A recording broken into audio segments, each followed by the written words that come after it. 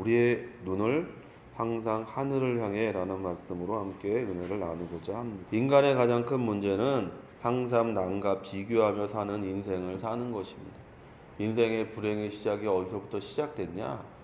나와 다른 사람을 비교하는 것으로부터 시작되었다라고 성경은 얘기합니다. 하나님이 사람을 만드시고 가장 살기 좋은 곳에 두었습니다. 그리고 사람은 남자와 여자가 짝을 이루고 정말 행복한 삶을 그들이 살았다는 것을 성경을 통해서 우리가 보게 되는 것이죠. 그래서 그 동산 이름이 에덴 아니겠어요? 낙원이잖아요. 즐거움이 넘치는 것. 근데 그 즐거움을 파괴하고 그 행복함을 파괴한 것이 무엇이었냐? 사단이 들어와서 사단 자체가 우리가 성경을 통해서 보면 사단 자체가 하나님과 비기려고 했던 영적인 존재잖아요. 그래서 자기가 하나님과 같이 되려고 했던 그 마귀가 가장 비참한 존재가 되었는데 사람을 그 가장 비참한 존재로 끌어내리기 위해서 했던 방법도 사실은 똑같은 것이었어요. 하나님과 우리를 비교하는 것이죠. 하나님은 마음대로 하는데 너는 왜 네 마음대로 못하냐. 하나님이 주인이든지 아니면 죄의 종이 되든지 너희는 둘 중에 하나의 인생을 살고 있다라고 성경은 얘기하고 있거든요. 마귀가 가장 비참하게 떨어졌던 그것을 사람에게 똑같이 하는 것이죠. 하와에게 다가가서 똑같이 하잖아요. 창세기 3장 5절에 너희가 그것을 먹는 날에는 너희 눈이 밝아 하나님과 같이 되어 선악을 알 줄을 하나님이 아심이니라. 마귀는 하와에게 하나님과 하와 자신을 비교하도록 요구해요. 야고보서 1장 14절에서 15절에 오직 각 사람이 시험을 받는 것은 자기 욕심에 끌려 미혹됨이니 욕심이 잉태한 즉 죄를 낳고 죄가 장성한 즉 사망을 낳느니라. 마귀가 하는 것은요, 우리의 욕심을 일으키는 거예요. 우리는 마음의 시험은 항상 남과 자신을 비교하고 내가 가지지 못한 것에 대한 아픈 마음에서 시작되는 거예요. 또한 하나님이 가장 싫어하시는 교만한 마음도 남과 자신을 비교하면서 그곳에서 아무 가치 없는 우월감을 가질 때 생기는 거예요. 내가 피부가 하얗다는 이유로 검은 사람보다 내가 더 나은 사람이 아니잖아요. 내가 남보다 키가 크다는 것으로 내가 그 사람보다 더 좋은 사람이라는 것은 아니잖아요. 어떤 부분에 있어서 내가 그 사람보다 재능이 있고 어떤 사람보다 내가 그 사람보다 유리한 점은 있을지 모르지만 그것이 결코 그 사람을 더 좋은 사람이 되게 하거나 더 훌륭한 사람이 되게 하거나 더 하나님이 원하시는 사람이 되게 하는 것은 아니다라는 것이죠. 가인은 자신의 동생과 하나님께 제사 드리는 경쟁을 했습니다. 예배는 하나님과 자신과의 관계 속에서 드려지는 것이지 다른 사람과의 경쟁 속에서 드려지는 것이 아닙니다. 그걸 열심이라고 착각한다니까요. 내 안에서 하나님이 주시는 성령의 능력을 가지고 하는 것은 열심이지만 다른 사람을 이기려고 하는 것은 열심이 아니잖아요. 가인이 그와 같았다니까요. 열심히 했어요, 경배를. 아벨을 이겨보려고. 그러니까 안 받아주니까 화가 나는 거잖아요. 내가 더 쟤보다 열심히 했는데. 자신의 제사를 받아들여지지 않고 아벨의 제사가 받아들였다는 것이 그를 견디지 못하게 했어요. 예배를 경쟁으로 보니까 쟤는 받아주고 난 안 받아주네. 그러면 하나님과의 관계 속에서 하나님 왜 내 예배가 당신에게 합당하지 않았나요? 어떤 점이 합당하지 않았나요? 묻는 것이 아니라 뭐야 저거. 하나님은 쟤만 사랑하네? 문제는 내 안에 있는 것이고 내가 드려진 재물에 있는 것인데 가인은 그렇게 생각하지 않았어요. 쟤만 없으면 이제 나 하나밖에 없으니까 하나님은 결국 내 제사를 받을 거라고 생각했겠죠. 가인은 자신의 제사를 받아주지 않은 하나님과 아벨을 향한 원망과 불평의 마음이 생겼습니다. 그리고 그것이 살인의 원인이 되었습니다. 신앙생활, 종교생활, 우리가 예배생활, 교회생활 여러 가지 말을 하더라도 우리가 그건요 사람과 사람과의 관계가 아니에요. 하나님과 나의 관계지. 교회가 부흥하지 않고 이런 모든 부분들 나의 삶에 문제가 생기고 이 모든 것들이 누구 때문이라고 생각하는 순간에 그것이 바로 경쟁이 되는 것이고 그것이 바로 하나님을 원망하는 것이에요. 예수님께서 기적을 베풀지 못하는 제자들에게 얘기하잖아요. 이 믿음이 적은 자들아. 그건 너희들의 문제라는 것이죠. 예수님께서 변화상에서 내려오시니까 한 아버지가 와서 무릎을 꿇고 도와달라고 얘기합니다. 우리 아들이 지금 막 불에도 들어가고 물에도 들어가고 막 자살하려고 한다는 거죠. 막 쓰러지고 귀신이 그렇게 한다는 거예요. 그래서 데리고 와서 제자들에게 쫓아달라고 했더니 제자들이 귀신을 쫓아내지 못하더라 이렇게 얘기하고 있어요. 제자들이 쫓아내지 못할 뿐만 아니라 거기 바리새인들도 있었는데 바리새인들도 쫓아내지 못했는데 거기서 뭘 하고 있냐? 지들끼리 싸우고 있더라는 거예요. 귀신을 왜 못 쫓아냈냐고 지들끼리 싸우고 있더라는 거죠. 그래서 예수님께서 오셔서 그 아버지에게 하는 말이 그 말이잖아요. 할 수 있거든이 무슨 말이냐? 믿는 자에게 능치 못함이 없다.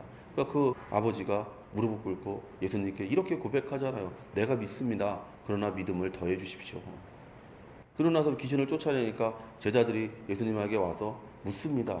왜 우리는 그걸 못할까요? 예수님께서 뭐라고 대답하냐? 복음서마다 달라요. 조금씩. 사실은 근데 똑같은 말을 하셨어요. 너희가 믿음이 적은 영보다. 또 어떤 성경에는 기도와 금식 외에는 이런 이유가 없다. 이렇게 기록되어져 있는 것을 우리가 보는 것이죠.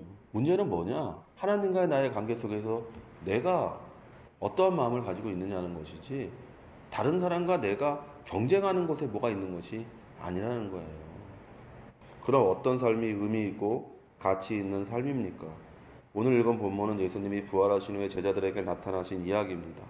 제자들은 그들의 삶의 터전으로 돌아갔습니다. 예수님은 그의 제자들을 그들의 일터에서 부르셨습니다. 그리고 그들에게 자신을 따라오라고 말씀하셨습니다. 누가복음 9장 23절에 그리고 사람들에게 이렇게 말씀하셨다. 나를 따르려는 사람은 누구든지 자기를 버리고 매일 제 십자가를 지고 따라야 한다. 보세요, 성도 여러분. 남과 너를 비교하는 것이 아니라 문제는 너라는 것이죠. 네가 너를 부인하고 네 안에 일어나는 욕심과 네 안에 일어나는 정욕과 네 안에서 일어나는 탐심과 네 안에서 일어나는 자기 중심성, 네 안에서 일어나려는 내가 하나님이 되고 내가 주인이 되고자 하는 마음들을 끊임없이 거부하고 매일의 삶에서 내게 주어지는 십자가, 남편의, 자녀의 또는 물질의 또는 건강의 또는 이런저런 것들의 모든 십자가를 묵묵히 지고 주의 길을 따라갈 때 거기서 비로소 너희가 제자가 되고 제자로서 누려야 될 모든 축복들을 누리게 된다라고 예수님께서 말씀하시는 것을 보게 되는 것이죠. 자신을 부인하는 삶이 바로 진정한 의미와 가치를 가진 삶입니다. 오늘날 시대는요, 자기를 만족하는 것이 축복이라고 생각하고 자신을 만족하게 하는 것이 행복이라고 생각합니다. 그래서 내가 먹고 싶은 거 먹고 내가 입고 싶은 거 입고 내가 가고 싶은 곳에 가고 내가 써야 될 것을 써고 내가 남이 가지고 있는 것을 똑같이 가지고 있고 이런 것들이 행복이고 이런 것들이 삶의 의미고 삶의 가치라고 생각합니다. 근데 성경은 우리에게 그렇게 말하지 않습니다. 도리어 그런 것을 부인하는 사람이 진정한 삶의 의미와 가치를 가진 사람이라고 얘기합니다. 내가 원하는 것이 아니라 하나님이 원하는 것, 내가 소망하는 것이 아니라 하나님이 소망하는 것을 이루며 사는 사람이 바로 진정한 의미와 가치를 가진 사람이다. 그래서 제자됨의 첫 번째 길은 자기를 부인하는 것이다. 내 안에서 일어나는 것들을 부인하는 것이다. 내 욕심과 내 정욕과 내가 주인 되고자 하는 것과 내가 하나님 되고자 하는 것들을 항상 부인하고 그 자리를 하나님 앞에 내어드릴 때 우리의 삶이 정말 의미 있고 가치 있는 삶이 되는 것이죠. 세상 사람들은 그런 우리를 향해 비웃죠. 야, 저 사람들은 참 불행하게 산다. 그러나 그 사람들이 가지는 행복은 쾌락이죠. 순간적인 것이지 진정한 것이 아니잖아요. 조금만 지나면 끝나는 것이죠. 전도서 기자가 얘기하잖아요. 헛됩니다. 의미 없습니다. 가치 없습니다. 네가 만들어진 게 먹고 마시고 살려고 만들어진 인간이 아니라 하나님이 너를 통해 무엇인가 하려고 만들었는데 네가 주인 돼서 네 몸을, 네 모든 것을 움직였기 때문에 너는 하나님의 일을 할 시간이 없었어요. 자기를 부인할 때만이 하나님을 위해 일할 시간이 생기고 하나님을 위해서 몸을 쓰게 되고 하나님을 위해서 모든 것을 쓰게 되는 그런 사람이 되는 것이고 그런 사람이 바로 삶의 의미와 목적을 분명하게 갖는 축복의 사람이 되는 줄로 믿습니다. 에베소 4장 22절에 너희는 유혹의 욕심을 따라 썩어져가는 구습을 쫓는 옛사람을 벗어버리고 보세요. 썩어져가는 유혹의 욕심을 따라 썩어져가는 다 썩어져가는 거잖아요. 그걸 벗어버리고 성령의 충만함을 받아서 하나님의 뜻을 쫓아 사는 복된 자가 되시기를 예수의 이름으로 축원드립니다. 오늘 성경에서 베드로는 요한에 대한 염려와 근심을 질문한 것이 아닙니다. 자신보다 더 나은 삶을 살지 않을까? 더 많은 것을 누리면 어떻게 하지? 더 높은 지위에 오르면 어떻게 하지? 이러한 질투와 시기심이 이 질문을 던지게 한 것입니다. 예수님께서 베드로에게 얘기하셨어요. 너는 지금 젊을 땐 네 마음대로 돌아다녔지만 이제 나이가 들면 사람들이 너를 묶어놓고 네가 원하지 않는 대로 보낼 거다 이렇게 얘기했어. 그러니까 베드로가 보니까 옆에 요한이 예수님께서 굉장히 사랑하신 요한이 있었거든요. 그러니까 요한을 보면서 얘기하는 거예요. 저 사람은 어떻게 되겠습니까? 우리가 늘 던지는 질문이잖아요. 성도 여러분, 시선을 하늘에 고정하십시오. 예수 그리스도가 오늘 말씀하십니다. 너는 나를 따르라. 저 사람이 어떻게 되든 그건 너하고 아무 상관없지 않냐. 너는 나를 따르라. 너에게 주어진 일을 능히 감당하는 사람이 되라. 그럴 때 정말로 진정한 축복이 주어지는 것을 우리가 경험하게 되는 것이죠. 오직 주의와 환경을 보지 않고 눈을 그리스도 예수께 고정하고 그분의 말씀대로 살기 위해 분투하며 노력하는 성도가 되었으면 좋겠습니다. 남이야 무엇을 섬기든 남이야 무엇을 기준으로 살든 남이야 무엇을 먹고 살건 나는 오직 하나님을 의지하고 예수 그리스도의 은혜 안에서 성령의 인도하심과 성경의 말씀을 쫓아 사는 성도가 되십시오. 오늘날 시대가 이와 같은 성도가 정말로 필요한 시대인 것이죠. 매스미디어가 발전해서 방송에서 여러분을 얼마나 많이 잘못된 길로 인도하려고 합니까? 영화를 통해서 드라마를 통해서 보십시오. 항상 자기 욕심, 자기를 만족하는 거기에는 용서가 없어요. 당한 대로 갚아줘야 된다라는 복수, 사람에 대한 증오, 미움 이런 것들을 보잖아요. 그리고 거기에 박수 칩니다. 맞아, 저렇게 됐어야 돼. 아이 시원하다, 아이 통쾌하다.